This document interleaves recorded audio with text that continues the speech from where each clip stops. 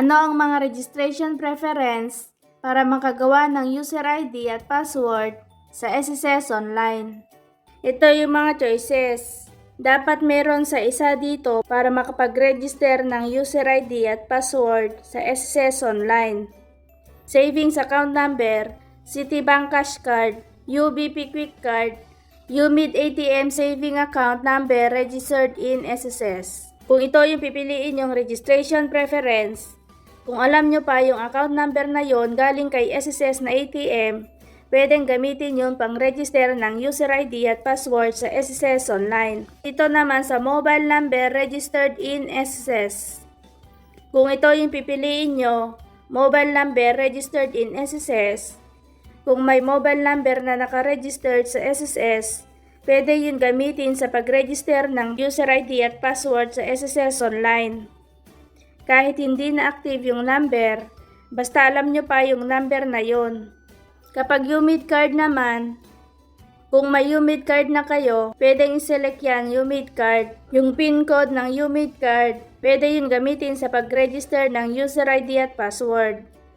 At pwede rin i-select ang mother's maiden name. Itong mother's maiden name, pangalan ng mother nung dalaga pa siya.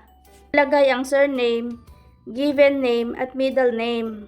Dito naman sa employer ID number, household employer ID number. Kung employed o kasambahay, ilagay lang ang employer ID number or company number. At yun ang gagamitin sa pag-register ng SSS user ID at password. Dito naman sa paid payment reference number, SBR number, payment receipt transaction number, kung OFW, self-employed o voluntary, pwede nating i-select ito, yung PRN sa resibo kapag nagbabayad tayo sa SSS contribution. At yun ang gagamitin natin para makapag-register tayo ng user ID at password. Dito naman sa date of loan with existing loan balance, kapag itong pinili natin, kung naalala nyo pa kung kailan kayo nag-apply ng loan, yun ang ilalagay dito sa registration preference. Ilagay lang yung date kung kailan kayo nag-loan noon.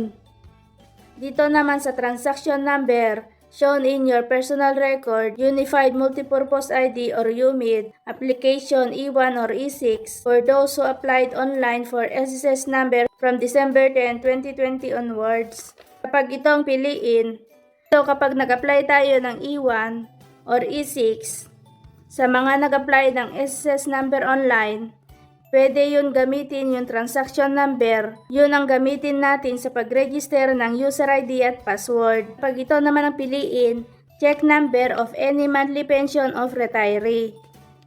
Yung check number, pwede yun gamitin sa pag-register ng user ID at password.